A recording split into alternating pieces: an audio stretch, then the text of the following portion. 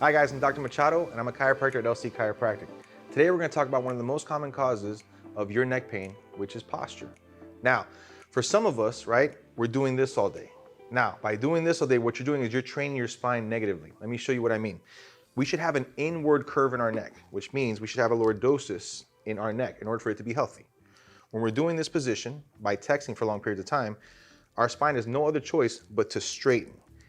Now, after it straightens, even worse, it can go in the opposite direction, which causes more pressure on your spinal cord, leading conditions such as degeneration, arthritis, sometimes motor or sensory dysfunction, which means you lose the function of your hands, okay? So today I'm gonna show you an exercise that's been proven through research to improve your cervical lordosis or the curve in your neck.